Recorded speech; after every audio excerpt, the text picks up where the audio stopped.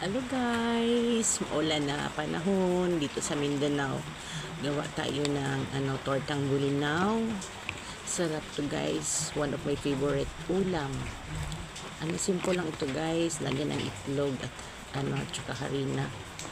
1/2 kilo lang to na bulinaw guys, isda na bulinaw, tapos nilagyan ko ng cornstarch yung maliit, tapos 2 itlog. Paborito ko to guys. Luto tayo guys.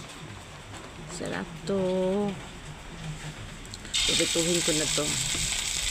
Unti-untiin lang natin para para masyadong maluto siya. Diba? Simple lang to guys. Pwede lang. Para sarap ang ulam natin. Sarap sana magsabaw sa maulan na panahon, pero ito ang gusto ko.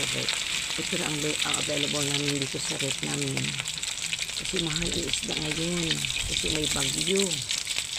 Tapos walang nabibenta ng isda dito guys dahil sa bagyo. Walang isda.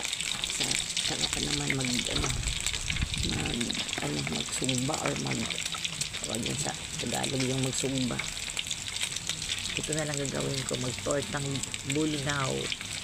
Sarap to guys. Subscribe my channel. Thank you for watching guys. I love you. Bye. To God be the glory guys. Amping lahat. Take good care of all. Bye.